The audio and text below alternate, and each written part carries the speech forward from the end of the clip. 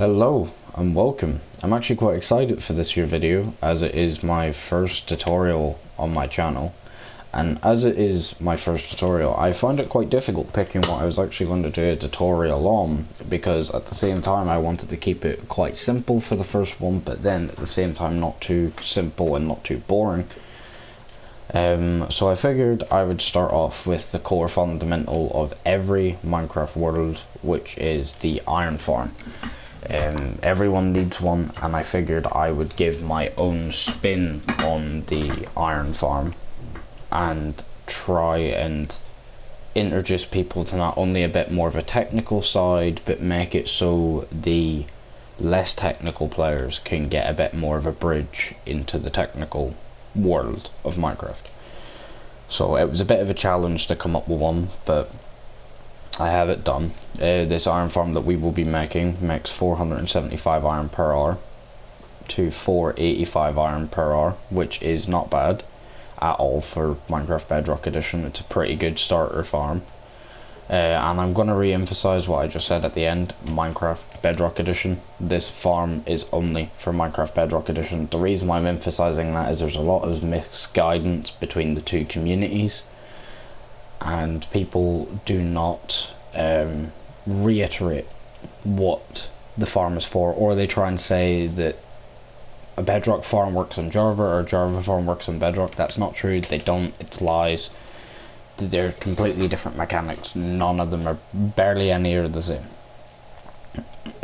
So yeah, to start off with, I am going to show you around the farm, and then what I will go ahead and do is explain the mechanics of the farm as to how iron golems actually spawn, because I don't want to just do a block by block tutorial and go place a block here, place a block there. I actually want to be able to teach people so they learn themselves as to how to maybe come up with it themselves, so they learn the basic mechanics. So I will briefly explain the basic mechanics of how it works once I've shown you around the farm. Then after that I will show you the items you will need to build the farm, and then I will get into the block by block tutorial after that. So that is how this here is going to work, and that's probably how I'm going to conduct this for most of the tutorials that I will make, just so everyone learns something. Anyway, let's get right into it.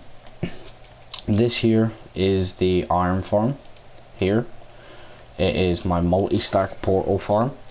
It's pretty simple, it's not anything complex. The player goes up here whenever they want AFK.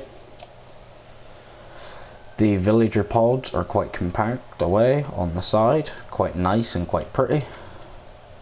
Over here, villager pods have water in them, so the villagers bob up and down and don't disconnect from their trades. You have your portals that will take the iron golems into the nether, which allows you to compact down the kill chamber a lot more. Then you have your actual spawning floor, where it is watered, obviously, to push the iron golems in. And then you have your beds, which are centralized, where the main villager's bed is in the middle, which you pretty much get with the first villager linking to the bed. As long as you make sure the first bed that you place is in the middle, you get that there anyway. So there's nothing too technical going on there, even though it sounded a little bit complicated. But that is pretty much the farm in general. There is nothing too mad going on, and nothing too technical. So yeah, but as I said, I'm going to tell you the basic mechanics of how iron golem spawning works, which I will do now. So the first point to know about iron golem spawning on Bedrock Edition is you need to work what is called the 10 to 20 ratio, meaning 10 to 20 villagers. Your iron farm only starts working as you have 10 villagers, and it caps off at 20. So the most efficient single module farm you can have has 20 villagers. That's the first thing to note. The second thing to note is each one of those villagers needs to have a bed, and they also need to have a trade. It's very important that they have both, so all 20 villagers need to have a bed, all 20 villagers need to have a trade, and the best trade that you can use is fletching tables, because they don't get affected by weather or daylight cycles. That's very, very important. It's also very important that none of the villagers are nimwits, because they do not take a trade. Nimwits are the villagers with the green coat, and they're useless. If you see them, just kill them. And then the final point that you will need to know is how this is actually how the iron golem spawning works. Is the how iron golem spawning functions is it will produce an iron golem when 80% of the total village has worked the previous day cycle. Now that sounds very complicated, but once they do it once, it will work infinitely. But all that means is 80% of the villagers need to be linked to their trades, guaranteed, which we have a method of keeping them linked, as I said, with the water, because they're bobbing up and down. It stops them from unlinking to their bed and their trade, so you get 100%, which increases the efficiency by a little bit, but at least 80% of villagers need to be linked to their trade and a bed for iron golems to spawn. And that is it. That is the mechanics. In this farm, you're getting 100% of them are linked to their bed and their trade, so you're getting optimal efficiency. So that is it. That is all the iron golem spawning mechanics. It's pretty simple. The only time it becomes complicated is if you're wanting to upgrade this thing or expand this thing or make it better. You need to look into what is called villager stacking, which is a way to manipulate the villages by them not detecting one another. So because this here farm is considered an individual village, and then there's a way to manipulate them where you can put another village literally right on top of it or right next to it, and it's a way just to increase the amount of iron per hour. But I'm not going to get into that. I might do a tutorial on that on a later date, but I'm not doing a tutorial on that now because I want to get everyone started with just core basics. But yes, that is all the mechanics. If you want to look a bit more into it, you can do. You can look on Minecraft like wiki and stuff like that, and it will tell you everything on there that you will need to know. Anyway, let me get on to showing you the items that you will need, which I have prepared just down here. Hold on. And go away, you pagan. So for this farm, you will need a considerable number of blocks, some obsidian. Keep in mind, I have briefly over exaggerated the amount of items here, but not by much. So you won't need as many blocks and as many pieces of obsidian. But you'll need some blocks, obsidian, some glass for the kill chamber and the nether. That is optional. You might not want to use glass. I prefer using glass, it just looks nicer.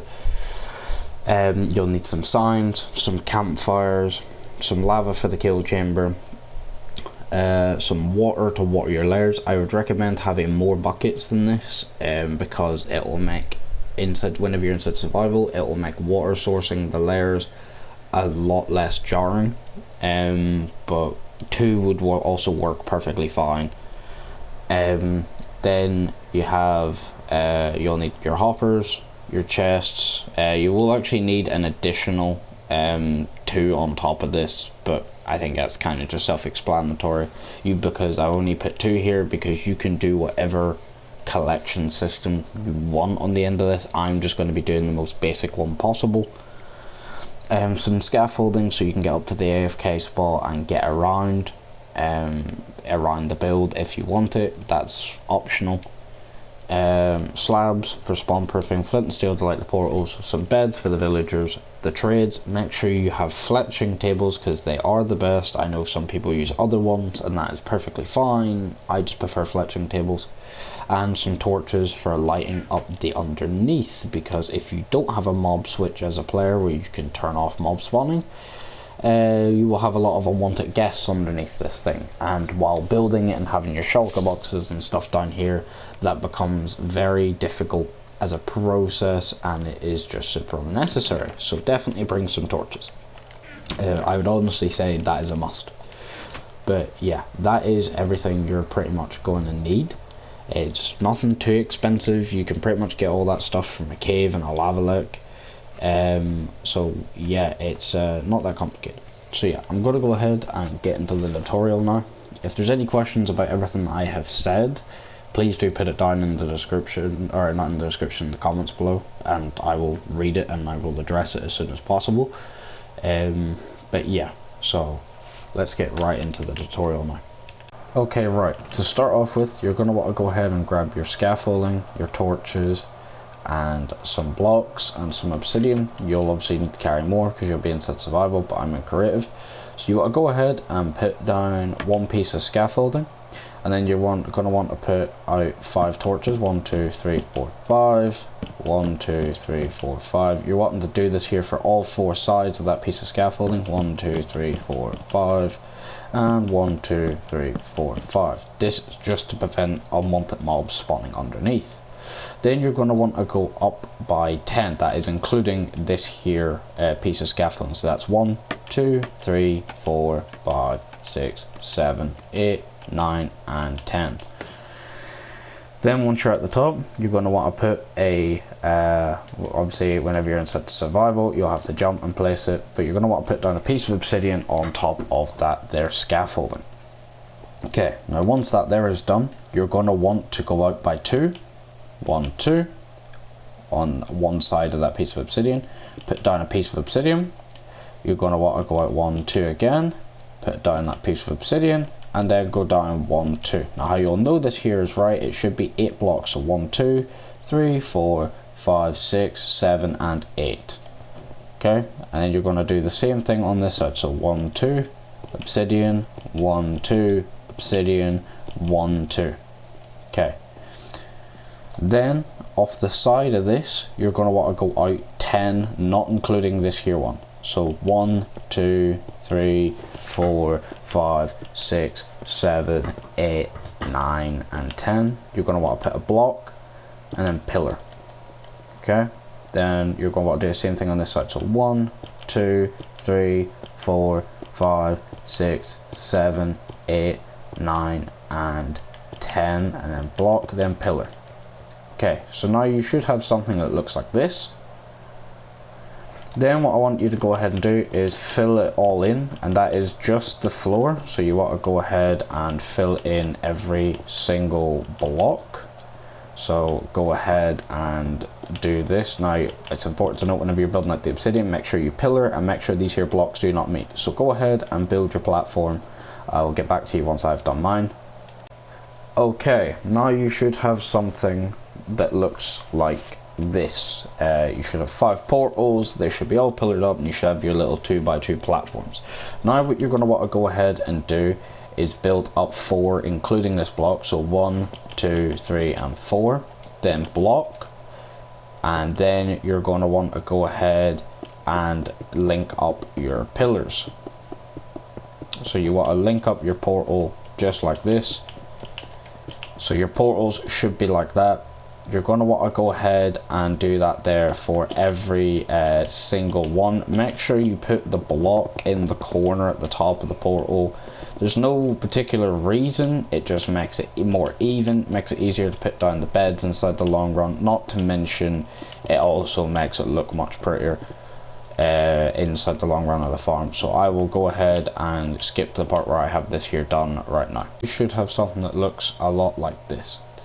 So now what you're going to want to go ahead and do is locate your 1 block middle. If you've built it right, that should be easier. This here should be your 1 block middle. I know that there just by looking at it, it's quite easy.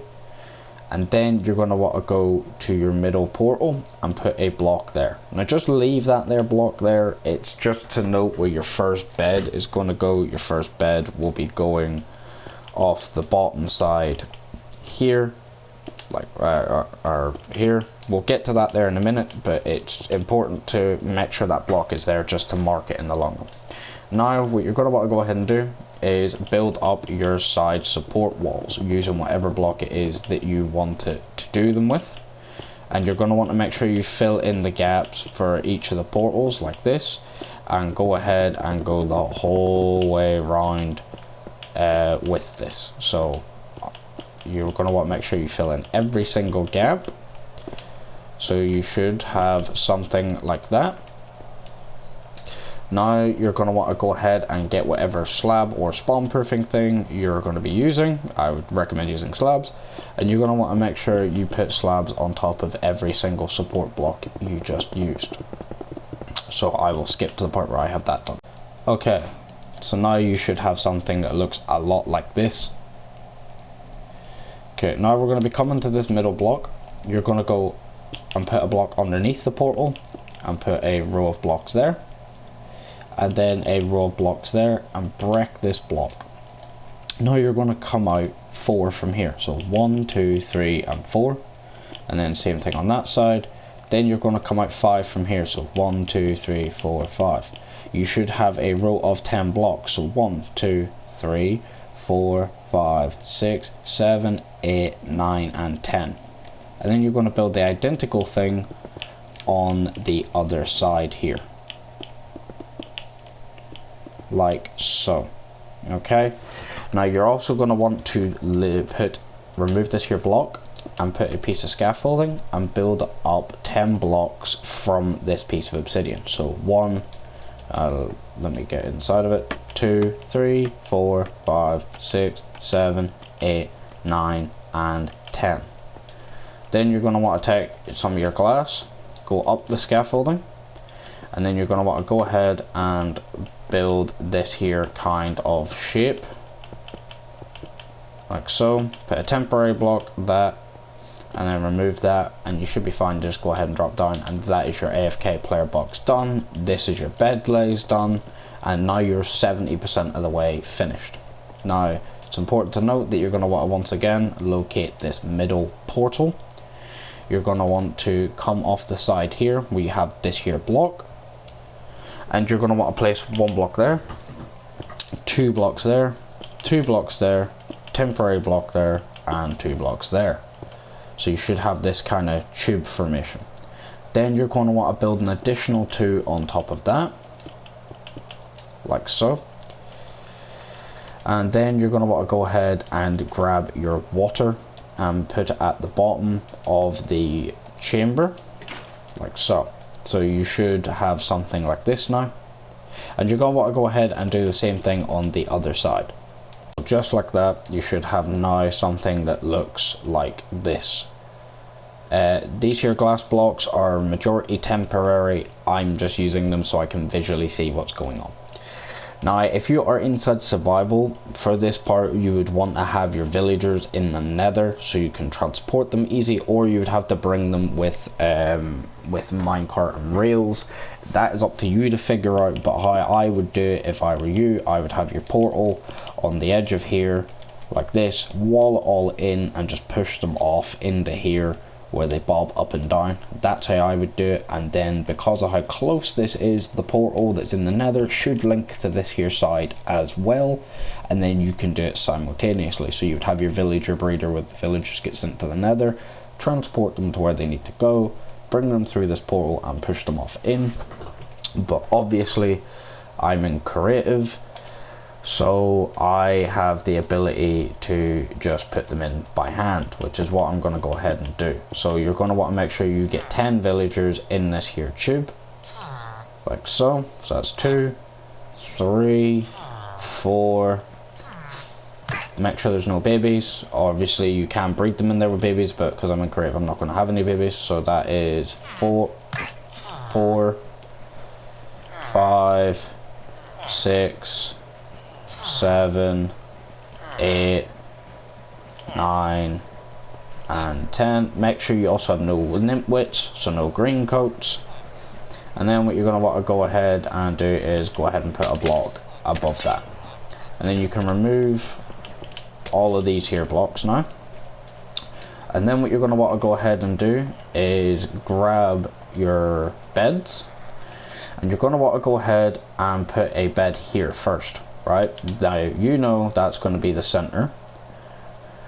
Then you're going to want to go ahead and fill in the rest with beds. Now make sure if you're inside survival you wait and see that there's particles on top of each of these here beds, like so, like I am doing. If there's not particles, you might have one less village, or there could be something wrong and you've missed a step. But because I know it's fine, I can just go ahead and pretty much spam place these and have no issues whatsoever. Right, and then what you're going to want to do is come down and remove all these here blocks underneath the beds because they're no longer needed.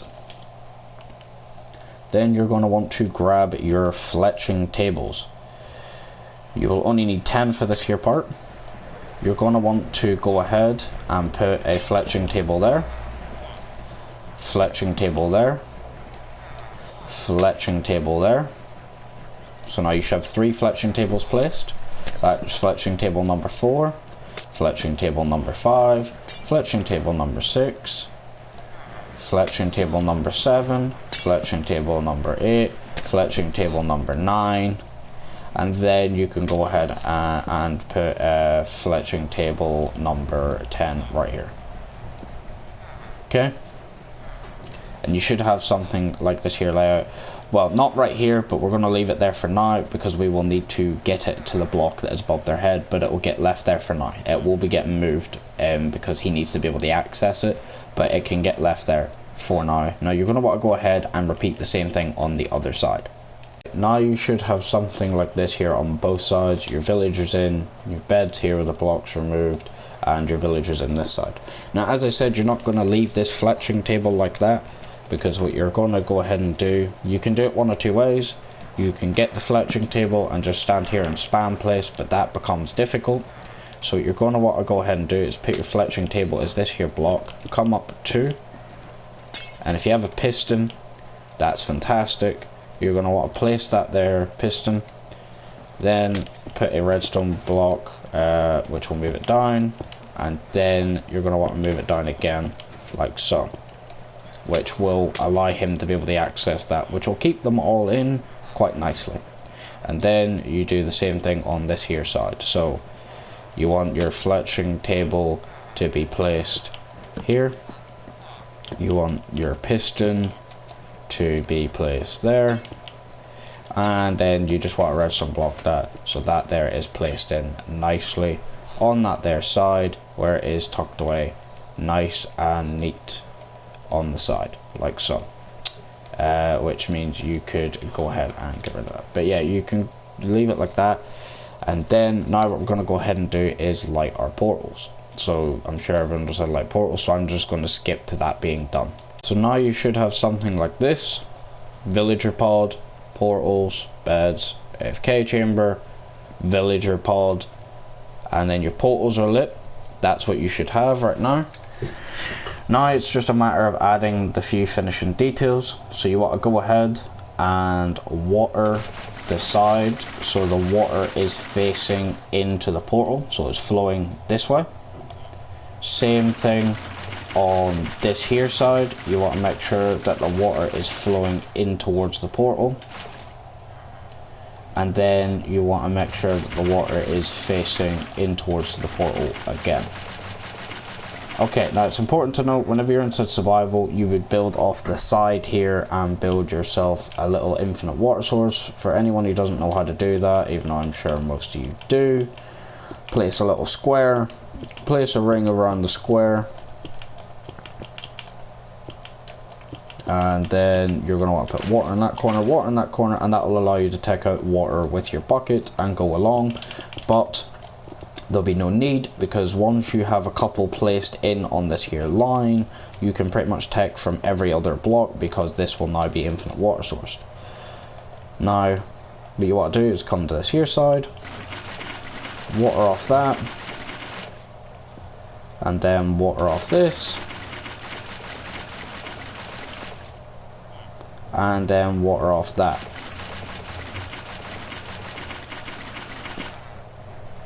So now you should have something like this, and then it's just a matter of finishing off the final touches. So now what you want to do is put a slab on top of each of your portals like so,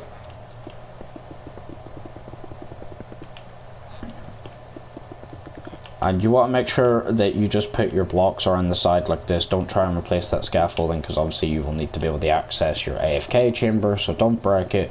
You don't put any slabs above the beds, and then you want to go ahead and just put slabs on the side like this, on top of your villager pods like so. So now you should have this here kind of looking shape, and it should look like this here on the side and on the bottom. Now you're going to want to go ahead and go through to the nether.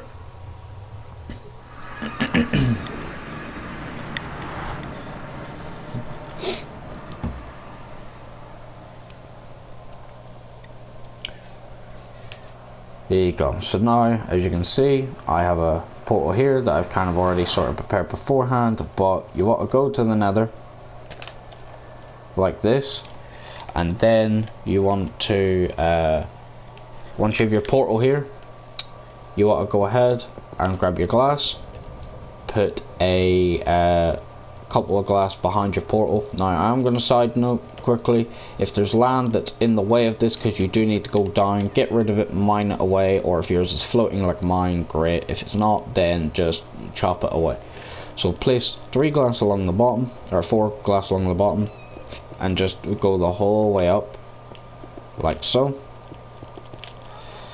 Then build a kind of like a very tall N shape off the front.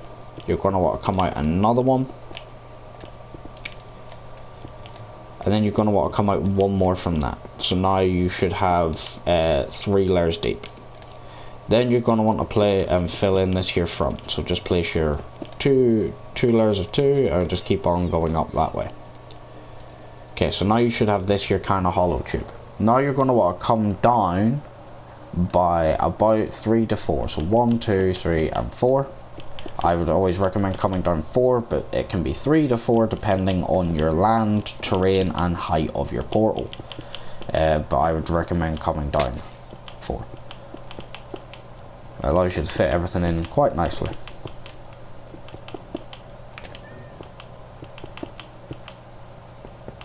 Okay. Now, what you're going to want to go ahead and do is grab your chests. So you're going to want to place a temporary block there. Place your chests. Now obviously I done 2 in the actual storage, so I would do this for this one, but for what you should really want to do is something like this. Okay, if you only have the 2, then do the one before. Then you're going to want to come inside the chamber and place your 3 hoppers going straight, and then 3 hoppers going straight into that one. It's important to note, do not place a hopper like this where it's facing into another hopper. Don't do that. Make sure they're all going inside of a straight line and they're all going individually, just to increase your storage efficiency and make it a little bit, just makes it run a bit smoother, and it makes you get a nice even split between your chests. Now you want to grab your signs, your lava and your campfires. You want to come in, you want to put your campfires down. You want to put signs on top of these campfires. You can stand on these campfires inside survival, they will damage you, but you can tank it.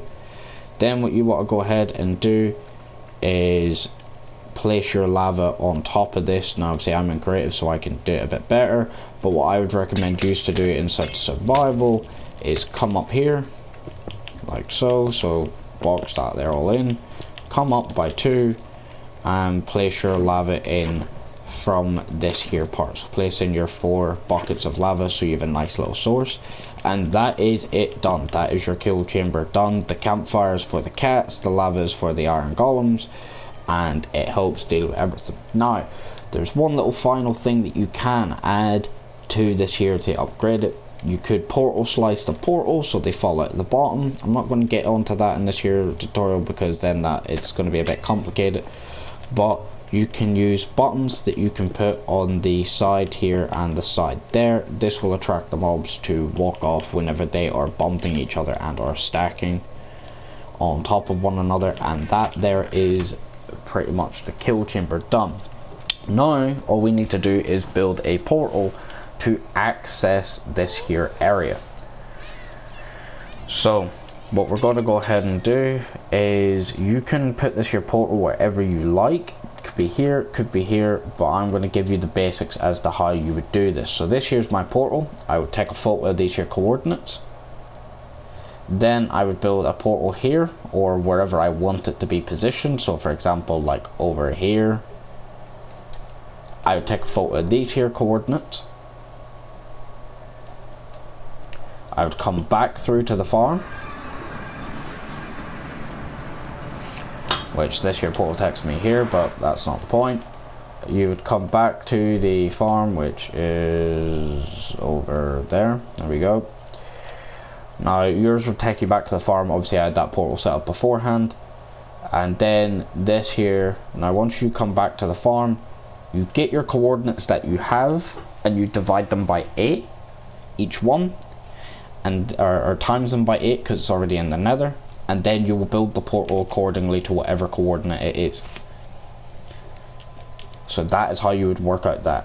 Now I'm not going to do that there in this here video because there's obviously a bunch of tutorials out there for portal linking, and I would encourage you to go ahead and look them up. I might even do a tutorial in depth, but you will need something to access the kill chamber in the nether side to do it. So for example, I would have like how this would actually look is you would have like another portal in the nether. If I go here, grab a piece of obsidian, like way off the side here, for example, it could probably be further than this by quite a bit, so you'd have another portal here. You would take a photo of the coordinates in this one, so you take a photo of this, so you probably like this here, take a photo of it so you remember the coordinates, or write it down or whatever, or screenshot it. You'd go into the nether. It'll probably take you to your kill chamber because it's the only other portal in existence, so be careful. Whenever you come through, you want to go ahead and get the coordinates. So for example, mine was 1, 2, 4. Now I want to divide that by 8 because it was overworld, which is 15 in coordinate, which is this way, so here.